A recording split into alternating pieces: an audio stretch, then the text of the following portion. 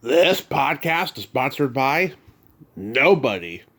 Hey dudes, welcome to Splat from the Past, the only 80s themed horror and sci-fi show where things can get totally radical. Now today I will be welcoming back Deena Shoshkes, the lead singer of the 80s band The Cucumbers, best known for their classic hit My Boyfriend. And we are going to nerd out on the entertainment of our youth, talking about film, television, and music. And I can't wait. When I had Deena on last year, it was such a pleasant conversation. I loved her energy. I loved her sweet nature. And the funny part is, she's from New Jersey. You don't get that combination with New Jersey very often. And it's going to be another great conversation, and I cannot wait. She sent me a copy of their latest album after we talked last year, and it was fabulous. Also, tonight I will be dropping Ask Tommy number 7, where I answer frequently asked questions from listeners and guests. So keep your eyes peeled for that toe curler. I've got real toe curlers coming up in the next few weeks, including bucket list guests that I've been waiting forever for, including one that, oh God, I can't tell you how excited I am for this one, but I don't want to let the cat out of the bag just yet. You will find out who it is soon enough. So yeah, here is my new interview with Deena Shoshkes.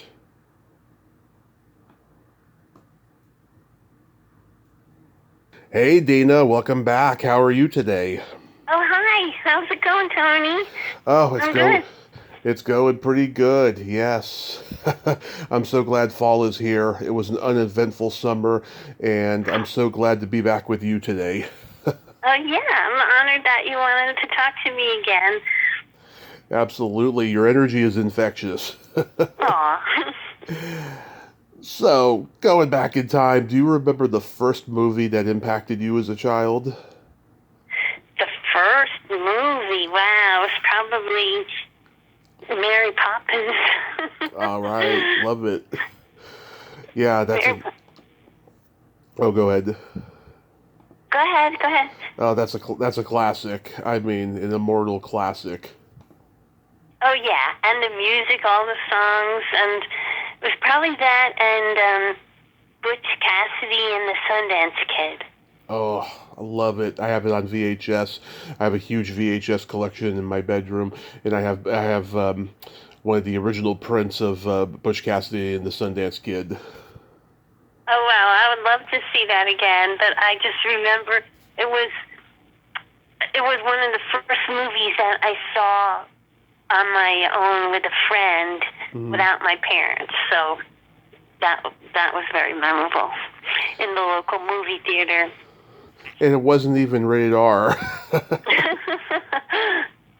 Oh, that's amazing. Yeah, Back to the Future had a huge impact on me when I was 3.5, because just like a lot of people who love that movie, I've always had that fantasy of going back in time and seeing my parents in high school and finding out why they're so fucked up and I'm so fucked up, you know? Uh-huh. Yeah, that's a great one. That's a great one. I also saw a lot of James Bond movies because my dad Oh, loved them. And we would go see them as soon as they came out because he loved seeing, like, all the gadgets. And um, that was that was definitely something I saw a lot of in childhood. oh yeah, remember every year a new Bond movie would premiere like each month on ABC? Yeah, I probably saw them in the movie theaters. I must be a little bit older than you.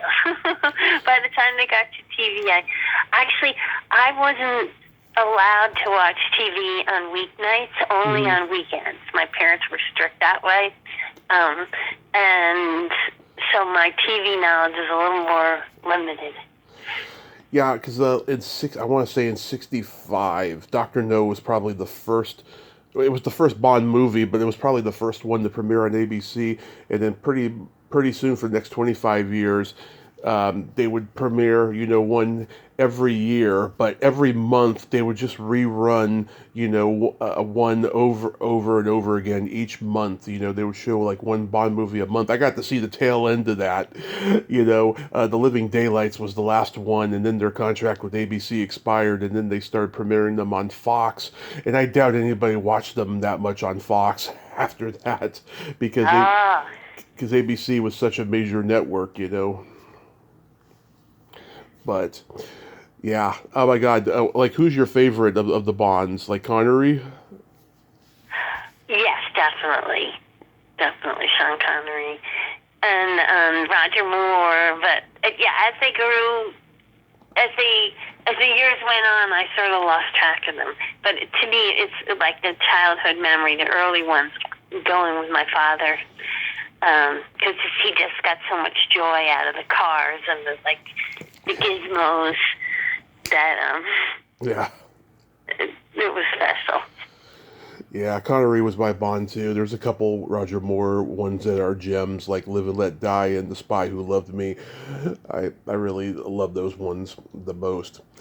I think I remember seeing Goldfinger first.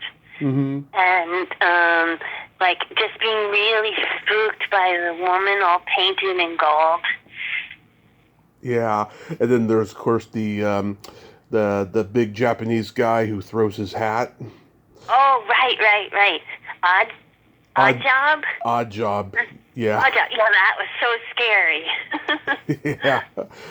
Yeah, in the Austin Powers movie, it's Random Task, and he throws his shoe. Oh. Yeah. Yeah. Thunderball, was that another one? Yeah, that's a favorite of mine. I love when he's like on that flying jetpack. And then there's the one where somebody gets chopped up in the snow removal thing. I think that's oh God, Her Majesty's Secret Service with George George Lazenby. He played Bond just that one time because Connery thought that he was finished, but then he came back 2 more times. Mm-hmm. Oh, that one spooked me so much. That was just so horrifying. That scene where the snow starts shooting out red.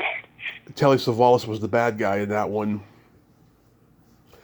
I think he was the most famous bad guy up until then. Although Donald Pleasance before that and You Only Live Twice, he was kind of well known at that time. He got more well known later, of course, with the Halloween movies.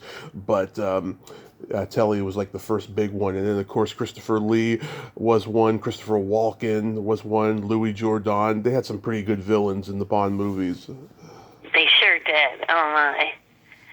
Yeah, I've gotten to interview 2 Bond girls, Caroline Munro from The Spy Who Loved Me and Gloria Henry from Live and Let Die, and they both have talked about the movies ad nauseum, but the Bond fans never cease to amaze them. Yeah, I can see that. Yeah, my husband John's father wrote music for Star Trek. Mm-hmm. The first TV series. I love that song, that music. And I've just seen the Trekkie love for any shred of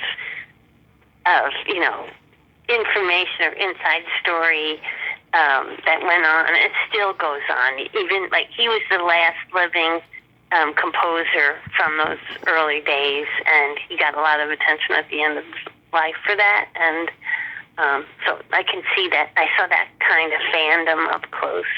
I think it's sort of similar. That music, I love it. It's pretty, late 60s, but it also has this timeless quality about it, which I think was the intention. Oh yeah, it's the greatest. It's the greatest. He did the fight theme. That's one. He didn't do the main theme. He did a lot of episodes. Right. The one thing that he was most famous for was the fight theme, which got reprised in The Cable Guy. Oh.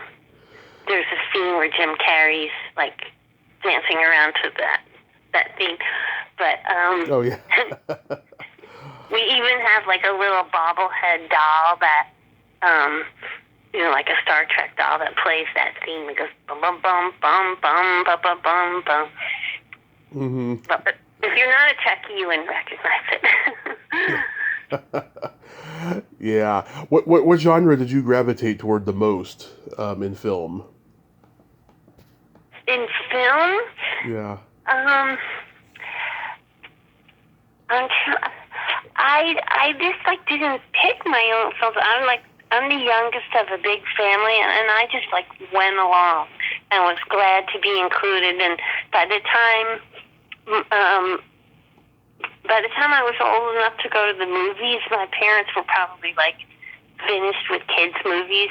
Mm-hmm. And my sisters were much older and like off in college and stuff, and they liked art movies. Or I remember seeing If. Remember that movie If ... and it was like about a guy Yes. from a tower shooting guns. I mean, gosh, actually thinking back on it, it was very prescient. But and a lot of really weird R-rated movies that embarrassed me because I was there with them and probably went right over my head. Yeah, I remember If. It had Malcolm McDowell in it. Oh, yeah, I actually like to see that again. But I guess for movies, probably my own taste was more of what I could get on TV. I absolutely loved every time The Wizard of Oz came around on TV. Oh, yeah, every year on CBS, I think around Easter or Thanksgiving time, they'd show it. Yeah, and as I got older, like in the beginning, I couldn't see the whole thing. I had a bedtime, so every year probably get to see another half hour until I finally was old enough to see the whole thing. But that was great. And then I loved the Disney movies on TV. Like there was The Wonderful World of Color, the Disney Oh, yeah. shows, and I had like really little girly kind of taste. Like I liked Pollyanna and The Parent Trap. Oh, yes. Haley Mills. Gigi, yeah. Yeah, there's the... did you guys grow up with the $1 Million Movie? Yes. And then, again, a lot of times those were on, like, in the late afternoon or something in the middle of the week, or maybe, like, in the middle of the afternoon on the weekend. And, again, I wasn't allowed, but we sneaked. But there was also, like, chiller theater and thriller theater that featured, like, monster movies. And I just remember, since we were sneaking, watching them, like, just seeing, like, a half hour at a time, or, like, some part of it, and being thoroughly scared by some of those old black and white monster movies. Do you remember who the host was? No. Who was it Alfred Hitchcock? Well, no. For the horror hosts, back then there was Ernie Anderson was Ghoulardi, and I think he was based in Detroit. I want to say maybe Chicago, and certain places in the region would get him. Or Chili Billy Cardille, he was in Pittsburgh, Pennsylvania, and a lot of people knew him. And I know his daughter. She played the lead in George Romero's Day of the Dead. There's people like that, because let's see, Vampire was already gone. She was a very short window in the 50s on ABC, and their sister Seymour out in LA, who Elvira eventually replaced.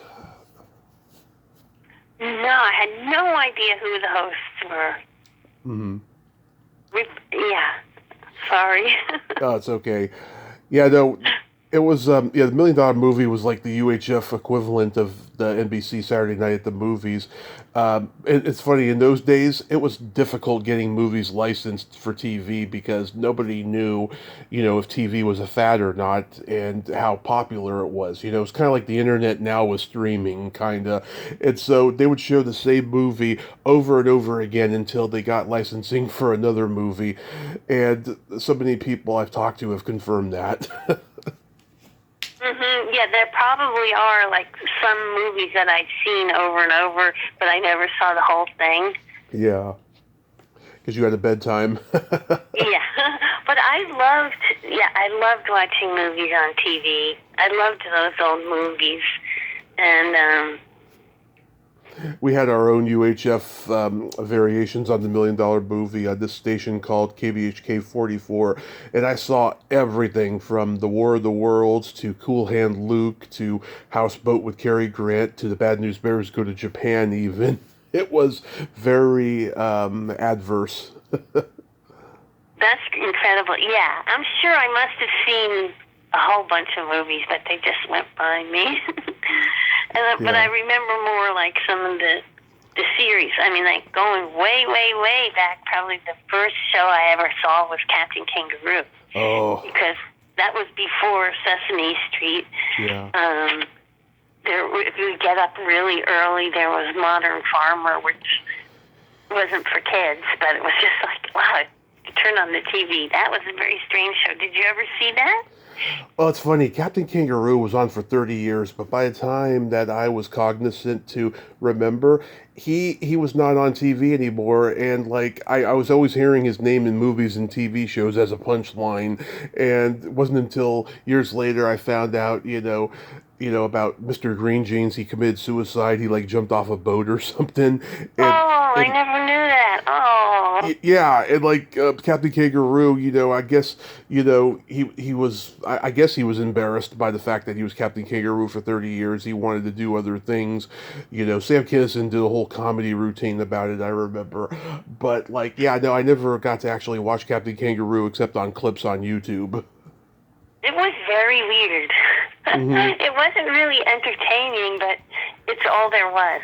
But I remember he used to like try and do arts and crafts projects, and he would say, take out your construction paper and your scissors, and he would be like cutting up colored paper. But actually, that was black and white. But whatever. And who knows what the paper was. There was also the Soupy Sales show. Oh, yes, Mr. Pie in the Face. And since I couldn't watch TV after school, I would go over to my friend's house, and all the rage when I was like in elementary school and middle school was this serial called Dark Shadows. Oh, yes. And so I didn't even really like it, but I just liked watching TV. So we go there and watch Dark Shadows, and then whatever else was on, like the doctor show was Dr. Kildare and Ben Casey. Yep. And the other like kids shows I remember watching were remember Romper Room? Romper Room, yeah. I mean, they're just like these things that pass by in my memory, and Little Rascals. Yep. Which was always like weirdly fascinating and strange. I had no idea what the point was. And then I loved all those like really early shows like I Love Lucy and The Honeymooners. Yep, I love those shows too. Those were huge staples in my life. Before we get further into TV, though, I was curious. Do you remember your first drive-in movie experience? I didn't go to a drive-in movie. Wow. Never. We had. I think I went to like later when I was a young adult. I was traveling in Greece on an island. They had a drive-in movie theater, and I don't even remember what we saw, but it was just like, we're in Greece or outside looking at a movie. And that was that was the thrill. But no, did you? Oh, What God. was yours? Starting at 2 years old, my parents took me to see Weird Science and Rambo 2. And Oh my God. I remember it. It's funny. Your earliest memories as a kid sets up your present in the future. And that was definitely emotional for me. That's probably why I remember it. And I can remember all the movies they took me to throughout my whole life, especially in those early drive-in years. And it got to a point they stopped taking me to the drive-in for about 3 years because I started falling asleep in the back seat, or I was getting out of the car and knocking on windshields. Well, where did you grow up? I grew up in the Bay Area in the 80s and 90s. Uh-huh. Wow, and they had drive-ins then. Oh yeah, our drive-in closed when I was about 18, and there's one more drive-in left in the Bay Area. And since I'm back living close to the Bay Area, I'm probably going to go there eventually. It's over in San Jose because I missed the drive-ins. I haven't been to one since 2000. Wow, yeah. Well, I grew up in New Jersey, and it's fairly densely populated, so every little town had its own movie theater. So you would just, and that was how we got to know the other towns, because we'd want to see a movie that was playing there. But I don't remember any drive-ins nearby. Did you have any movie crushes? Movie crushes. No, my crushes were more like music crushes, like the Beatles. Yeah. Oh. Like everybody. Paul or John or Ringo or George. Yeah, I liked, oh God, every 80s movie actress in film and TV that I've gotten to interview and that I've become friends with. It's really bizarre. And I loved Cary Grant. Had a huge crush on him as well. My mom had a paperback book that had all these beautiful pictures of him in his movies in black and white and stuff. I love Cary Grant. I mean, there's a lot of actors that I love. I love Cary Grant. And I love Paul Newman. Oh my God, Paul Newman is just amazing. Fantastic. Yeah. Yeah. Those eyes and that energy and that, like, mischief underneath it all. Mm-hmm. And I love Robert Redford. Yeah, the Sting is one of my favorite movies of all time. That movie kills me every time I see it. It's so funny. Yeah, that's a great movie. It's one of those immortal classics I can watch over and over again, and I know what's going to happen next, and I know what line is going to be said, I loved Gone with the Wind. That's something my older sister took me to. It was like they played old movies at some of the movie theaters nearby, and it was already quite old, but and it was so long there was an intermission. Yeah. I loved Clark Gable. Throughout my life, I've only seen it in spurts, but when I was 20, my dad said to me, wait till you're 30 to watch Gone with the Wind because you'll appreciate it more. Now that I'm 41, I'm ready to watch that movie from start to finish. Oh, wow. No, now it's probably very dated. But yeah, I'd actually like to see it again, too. When I was a teenager, or, a young teenager, probably like 12, 13 or so, I read the book, and I loved it, and I read it so many times, and every time I read it, I would start weeping before the terrible things actually happened, because I knew what was coming. Yeah. Clark Gable, oh my God, what a career that guy had. He was a contract player at MGM, and Louis B. Mayer would threaten to send him to Universal if he didn't behave himself, because back then Universal was not the global empire that it is now. It was a B-movie studio. That's why they did all those monster movies. Oh. Well, I also loved Audrey Hepburn, if we're talking about classics. Yeah. That we had crushes on. I just think she's so charming in every way. Yeah. Roman Holiday is one of my favorite movies of all time. Have you ever seen that one? Of course, that was another one that station used to play too. Was Roman Holiday? They showed all the Paramount movies, and then Paramount bought them as a affiliate network. They had this channel for a while, UPN, where they were showing original content of produced sitcoms and 1 hour series from Paramount and stuff. Yeah, and Roman Holiday was on there. I love classic movies from that era.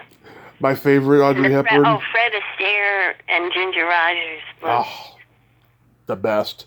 Mm-hmm. My favorite Audrey Hepburn movie is Charade with her and Cary Grant. Oh, yeah. I know some people who hate it, but I love it. And I love all the Alfred Hitchcock movies. Yes. That I've seen. I actually haven't seen all of them, but those I think were on. Vertigo. Yeah, Vertigo is my favorite, and The Birds and Psycho, Oh, so scary. Those are the peak Hitchcock movies, North by Northwest. That era is just fantastic. I mean, he was getting all the good stuff out of his system by that point. And then by the time he did the one with Paul Newman, Torn Curtain, he was starting to wind down a little bit. Oh, I don't think I've seen that one. I've got to write that down. I never even heard the title. Yeah, Paul Newman's in it. Wow. It's 1966. Yeah, so getting into TV, yeah, I can imagine you liking the sci-fi shows. A lot of musicians I have found love sci-fi. Oh, yeah, definitely. Well, I loved Star Trek, but I really only started watching that.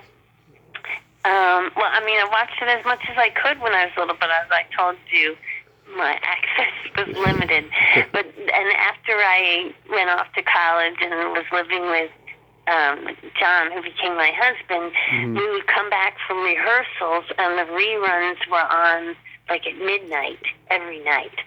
So we'd go rehearse with the band, and then it was so much fun to watch Star Trek and try and guess if we can tell by the sound of the music if it was an episode that his father had done. That was really fun. But I remember, I guess I knew mostly like the Saturday night TV shows like Lassie and Bonanza and I loved like Bewitched and I Dream of Jeannie and Get Smart. That was my era. Yeah, it's funny. Last time you were on, we shared a love for Bellybuttons, and of course, there's that controversy with Barbara Eaton's belly button. I found out the reason why NBC didn't want Bellybuttons on TV back then was because they thought it was an enticement for the breast and the vagina. Oh. Yeah, and then 2 years. I don't even know. Did they show her belly button, or was her costume over Did it cover the belly button? When she did the reunions in the 80s, they showed her belly button then, but by then it was no big deal. But they did in I believe the pilot, I think it aired, or they reshot it without her belly button being shown, something like that. It's a little vague, but 2 years later, Barbara Luna and Nichelle Nichols on Star Trek showed theirs, and then the policy was pretty much done. It broke the rules, and then Gene Roddenberry created a pilot called Genesis 2 with Marion Hartley, where she had 2 belly buttons. Oh, well, what was the episode where on Star Trek where they showed belly buttons? Let me look that up, the exact title of it and plot line, but I've seen it many times. It's a classic episode. Oh, Mirror Mirror is the episode. It's the one with the transporter malfunction that swaps Captain Kirk and the rest of them. They're in a parallel universe. Oh, wow. But how things changed just like a decade or two later with Baywatch. Oh, yes, of course. Like basically a bikini show. Yeah, exactly. And now they have a documentary coming out about that show now. Did you watch like the Munsters and the Addams Family? Oh, yeah, definitely. That was the kind of thing I probably snuck out at my friend's house. Yeah. I think reruns of those were on in the late afternoon. It's funny how, the Munsters, they come off so normal even though they're not, and yet the Abbs Family, they come off so creepy and yet they look normal. That was a great gimmick for those shows and stuff. And it's funny, MGM produced the Abbs Family and Universal produced the Munsters, and yet there was this weird rivalry between the two shows, and each actor would confusingly be confused for either show, back then. Right, it's like Coke and Pepsi. Mm-hmm. Exactly, like Coke and Pepsi. Yeah. When I was growing up, I watched all those campy shows that my parents grew up on, but I also watched Three's Company and MASH and WKRP in Cincinnati and all the Norman Lear stuff, like All in the Family and One Day at a Time. Oh, yeah. All in the Family was great. That was sort of like I've outgrown watching TV, if that's possible. But we will always watch that one. That was really incredible. I'm sure you were into the Brady Bunch and the Partridge Family. Oh, yeah. Yeah. Oh, my God. Those shows, those are beyond immortal. I mean, those are shows that, the next couple generations of kids will probably be watching them because they'll be around forever. I mean, God, those are classics. How about the original Batman? Oh, Batman. And the original Superman. Now I'm remembering that. George Reeves? Saturday afternoons where Superman was sort of like in the air, just like hanging on a string or something. Yeah. And with his arms out and the wind machine blowing his cape. Yeah, I love the Spider-Man cartoon that came out at that time. You remember that? The Spider-Man, just your friendly neighborhood Spider-Man. Oh, yeah, I love the song, but I don't know if I ever saw the cartoon. It was really campy and silly and stuff, but it was really entertaining. It lasted one season, and in the 80s, when I was growing up, they were all on home video, and I used to rent them all the time. Yeah, they were pretty fun. And they also had the Fantastic Four. There was a Fantastic Four special where Magneto is the villain, and he's blowing up a gas station to prove that his car doesn't need gas because he's trying to convince the gas station attendant, and the guy's all freaking out like, I believe you, please no more, I believe you, and he's just blowing up all the gas meters and stuff. It was silly. Yeah, sounds it. Did you watch the Monkees? Oh, the Monkees! Hey, you were the Monkees. Yeah, That was fun. That was really fun. And actually, that makes me think of the songs and Pleasant Valley Sunday. And for a while, Carole King lived in the town of West Orange, which isn't far from where I lived. And there's a road called Pleasant Valley Way. Yeah. And so that song was that found its way into the song. So I always loved that. Yeah, I had a crush on Davy, and I actually got to see the Monkees live in 1997 at Candlestick Park. Just the three of them. Michael wasn't there, but they drove off the field in a Cadillac with the top down. Ah, cool. Yeah, and I got to interview Mickey's sister the last night of the farewell tour, shortly before Michael died.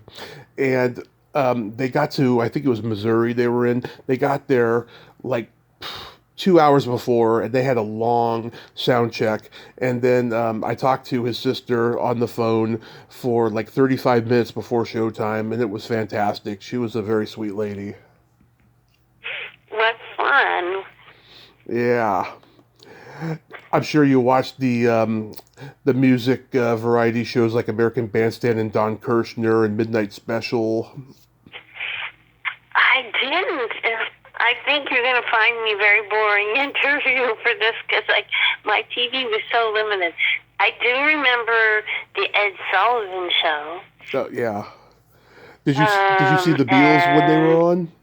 There's maybe something called Hullabaloo. Hullabaloo, Steve Binder's show. Yeah, when I interviewed him last year, we talked about Hullabaloo.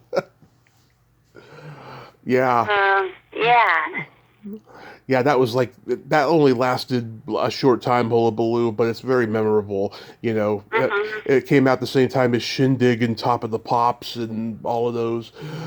In the Beat Club over in Germany, which a lot of the early music videos of bands performing on stage came from the Beat Club, and they were very psychedelic and weird. You felt like you were high when you watched them. Oh, wow. Yeah, and they were always sort of like on these little platforms, all like separated from each other, and dancing teenagers. And yeah, it's funny. Yeah, well, it's funny. American Bandstand and all those other ones I mentioned, they would have everyone in the world of pop and rock on there in AM, FM radio, and in between segments they would have an up and coming comedian who was unknown at the time do like 5 minutes, and then the host would interview them and stuff. You'd see like Jay Leno on there, or Billy Braver, who nobody remembers. He was this little Jewish guy from Brooklyn who had muscles even though he was short and scrawny, and he wore construction overalls with no shirt, and he carried a lunchbox. Oh, wow. he was like a cartoon character. Exactly, and he was on all those shows I mentioned, and he was on Dinah Shore and Mike Douglas and Merv Griffin. I heard he was on Johnny Carson one time and never again. He didn't like him, but oh my God, it was funny. You'd have all these gimmick comedians doing those shows back then. Yeah. Yeah, I remember, on Ed Sullivan, there was always, like, weird little variety acts, like dancing dogs and, what's it called, the guy who has the dummy, a ventriloquist. Ventriloquist, yeah. Weird little variety acts in between the music acts. Yeah, Willie and Lester was the ventriloquist back in those days. And, of course, later there was Otto and George, and now Jeff Dunham has made it a whole cottage industry. And, of course, he gets flack for having racist dummies on stage. No. Yeah, but, yeah, because the reason I assumed that you were into those shows was because of your love of music and stuff. But, wow, you didn't get to watch those ones. That's a mind blower. I know. Well, I got my music exposure through my older sisters. Mm-hmm. My oldest sister's 7 years older than me, and then 6, and then 4, and they all had different tastes, and they were. 2 of them were quite rebellious, and like whenever my parents were away, they would throw parties and turn the lights off in the house and blast music really loud. And so I got, I started hearing music like ahead of my friends that were just, discovering things on their own. And so, I guess I first started listening to children's music. Like, I had a record called The Singing Lady, which was this woman who sort of just told tales and history through songs that fascinated me. And then I also had a record, Oscar Brand, who was a folk singer, who had a radio show in the area, and I loved that. I listened to that over and over again. And I had these toy records that you put on a little turntable, and like they had, I guess on the label there were pictures that animated as the record spun around, and I could just like watch that and listen to that for hours. And then I got a little older, and we all fell in love with the Beatles. Yeah. And we all also had like our transistor radios, and there was Top 40 radio was so wonderful. You could hear all kinds of music, all different genres on the same station. And I just fell in love with the girl groups like Leslie Gore and the Ronettes and the Dixie Cups. The Shangri-Las. The Shangri-Las. I just love those songs so much. And like when these were the days before cars had a lot of air conditioning too, and I have like vivid memories of driving. We would go into New York City from New Jersey and sit in traffic outside the tunnel waiting to go into the Holland Tunnel, and everybody would have their windows open. And you'd hear different music coming out of all the cars, and that's where I got to hear like a lot of salsa and Latin music, and that sounded so exciting. And it's different now that everyone's got their headphones and their ear pods. You don't know what they're listening to. Because I also remember in the 80s when people carried around their boom boxes. Yep. And you hear what they were listening to then. But my older sisters introduced me to like the Beatles, the Stones, Dylan, the Doors, Van Morrison, the Lovin' Spoonful, all that stuff. That was I really loved that stuff. And then when I got a little older, I got into the folk rock kind of thing. But so it was always music that itself that I was drawn to, rather than TV. Wow. Although TV was a lot of fun, it just was like music was more accessible to me. Nobody complained if I was listening to music or trying to play music. Yeah, last time you were on, you told me your first album you ever bought was the Joni Mitchell, right? It might have been. Well, one of the ones that I was obsessed with was Blue. But the first record I ever bought was from my sister. I bought her Beatles 45. All right, I remember that. Yeah, I bet the first one for yourself was Joni Mitchell. Yeah, well, maybe. I remember buying myself, this is like a really corny song. It was like Red Rubber Ball, I think was the title.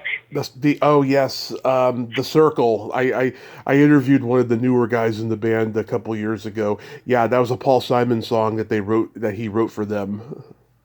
Yeah, the sun is slowly rising like a red rubber ball, and then Feeling Groovy. I really I like sort of ditzy things back then. But yeah, Joni Mitchell was probably the first album I bought, and I loved Laura Nyro too, but my sister had bought those.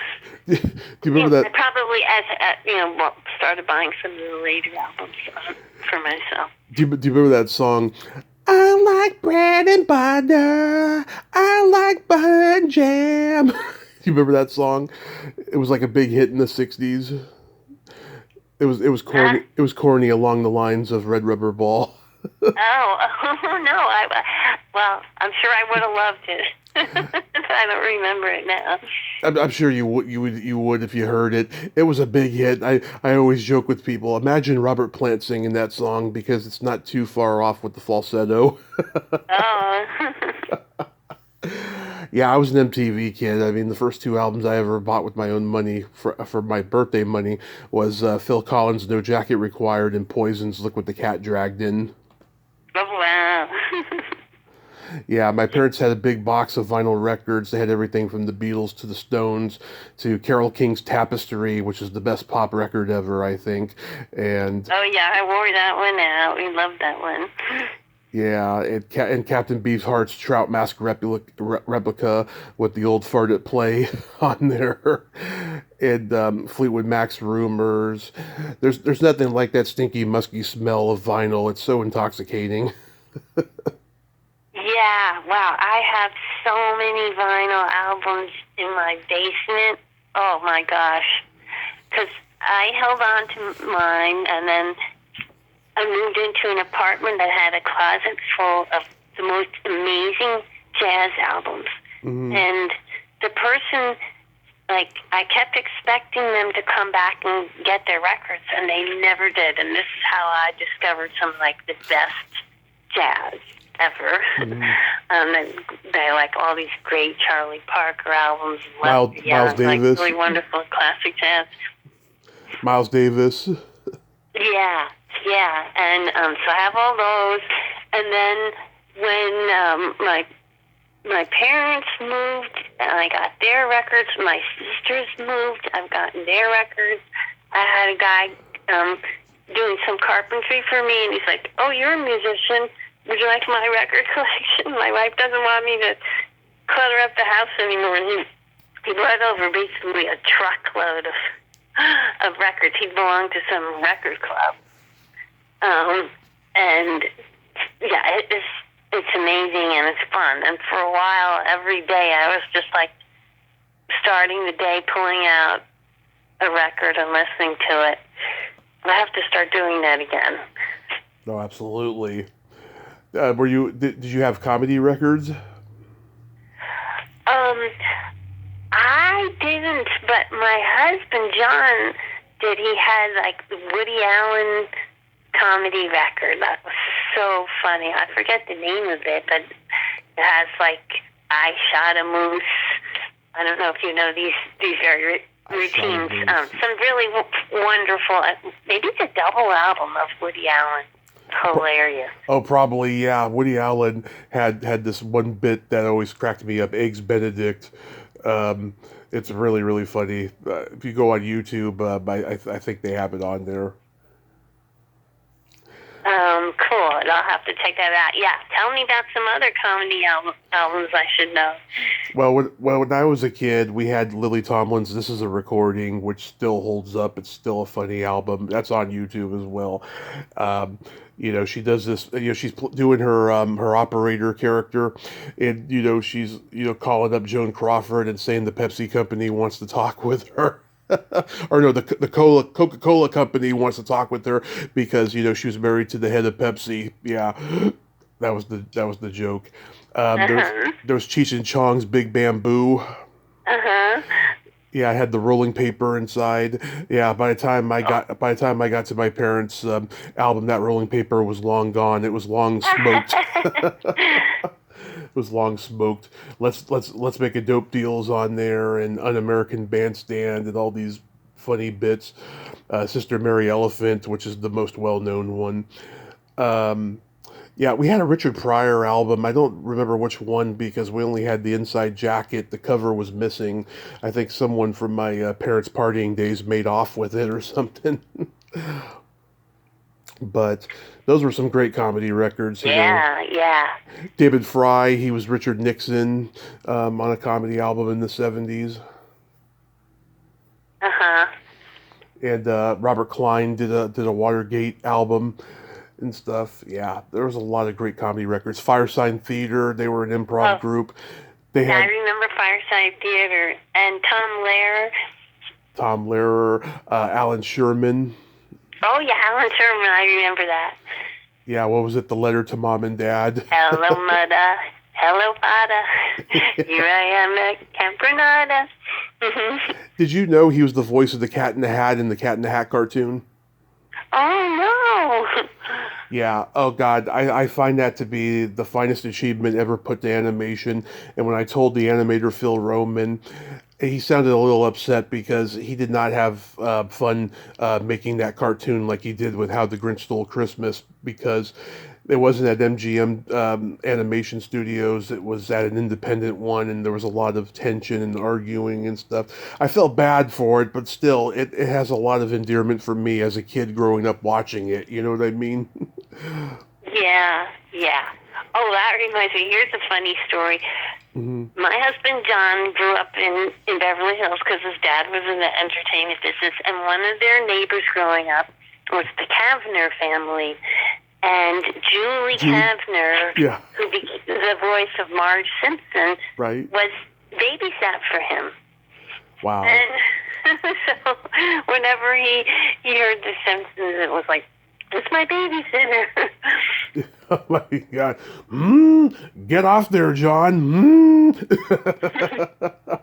Yeah, I know people who know Julie, who went to Beverly Hills High and stuff, and they say she's always been a private person and stuff. And yeah, she's very talented. I loved her on Rhoda. You remember Yeah. Rhoda with Valerie Harper, the spinoff of the Yeah. Mary Tyler Moore I show. remember that, like, I saw a lot of Mary Tyler Moore, but I didn't see a lot of Rhoda. Yeah, they were great together on that show. So what's going on with the Cucumbers these days? Any new music or any upcoming shows? Oh, yeah, we're playing next weekend up in Vermont, and then we got a show in Asbury Park, and then something coming up in Hoboken at a new club that's owned by Jim Mastro from the Bongos. Mm-hmm. And yeah, we're working on new music, and we're always recording, so it'll take a little while, but maybe next year we'll get something out there. Yeah, I enjoyed that album that you sent me. It was real fun.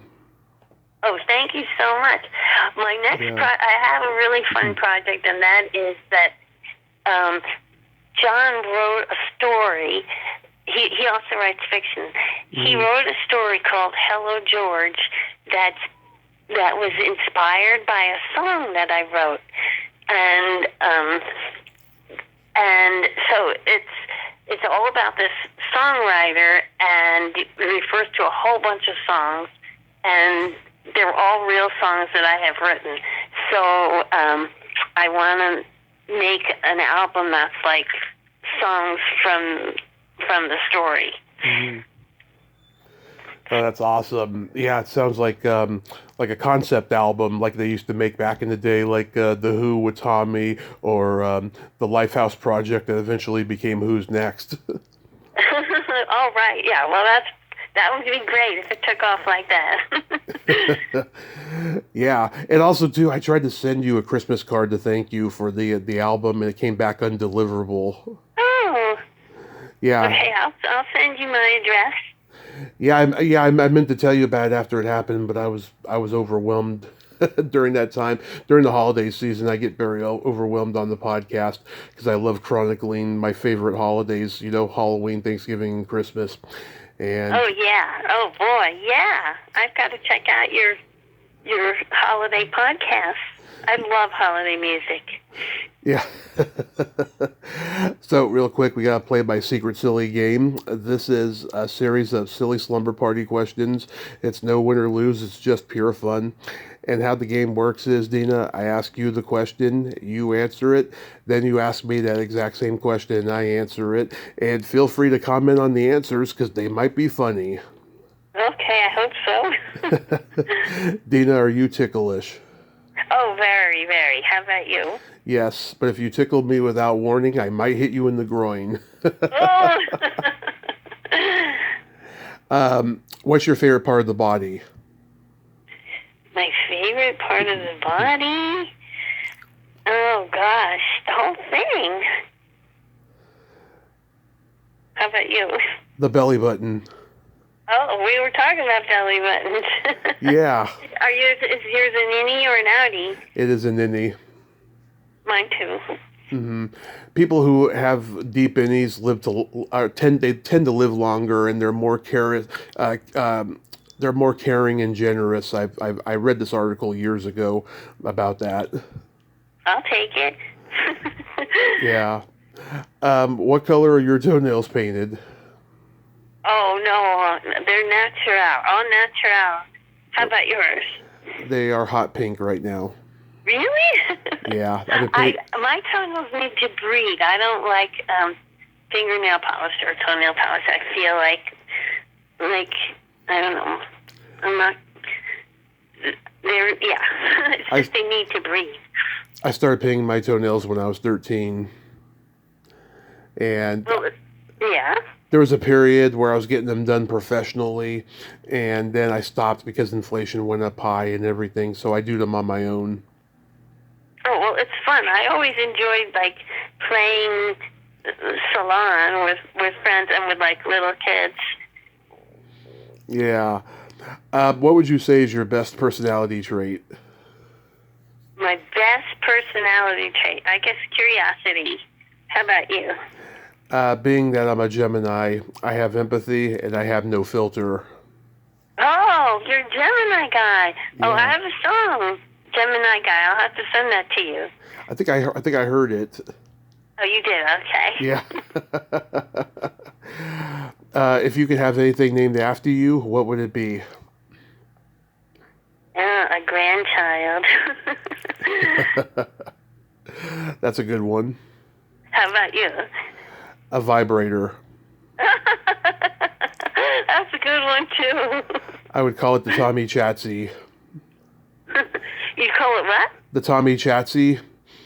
You know, it's like a motor engine, you know. Mm-hmm. Yeah, someone told me months ago that I could have my name engraved on a vibrator, so I'm thinking of looking into that. Oh, that's hilarious. Oh, boy. It's a good idea. And then my favorite question, is there a stinky smell that just makes you gag? Oh, well, vomit. That's a popular one. Yeah, I agree on that. That's just the first thing that came to mind. But yeah, I guess like turning spoiled food. What about you? Either farts or feet. No. They don't bother me as much as vomit. I know. I've been told that people with kids are not fazed by that at all. Like stinky feet are sort of cute. They never bothered me. But I think I have a baby foot fetish. Like, I love little feet. Mine are large. My feet grew with my age, right? They stopped at 16. I have a 16 size shoe. Oh, my gosh. Yes. And they're very sensitive to tickling, I'll tell you. Oh, me too. But my most ticklish spot is probably, like, under my chin. Mm-hmm. Well, everywhere, actually. Yeah. Everywhere. You don't even need to touch me. You just need to, like, wiggle your fingers over me, and I'm hopeless. Oh, yeah. We all have that. Deena, thank you so much for nerding out with me today. This was awesome. Yeah, it was a lot of fun, and thank you for calling. Absolutely. It was a lot of fun. And yes, I will keep an eye out or an ear out for the new music coming. And yes, I'll send you a Christmas card this year for sure. Okay. All right. Take care. You too. Have a great day and be safe. You too. Bye-bye. Bye-bye. Well, there you have it. Deena Shoshkes. Ain't she a sweetheart? I just love her. Love her energy. Didn't I tell you it was great energy? Yeah, she had some good anecdotes and stuff there. Yeah. I think she's a bigger nerd than she realizes because she was mentioning all these different shows and stuff. And I was like, yeah, see, I mean, you were into stuff, you know, not as advanced as I am, but you were into stuff, you know. Well, until next time, this is Tommy Throwback Kovac saying there's no shame in living in the past because the present sucks. Later, dudes.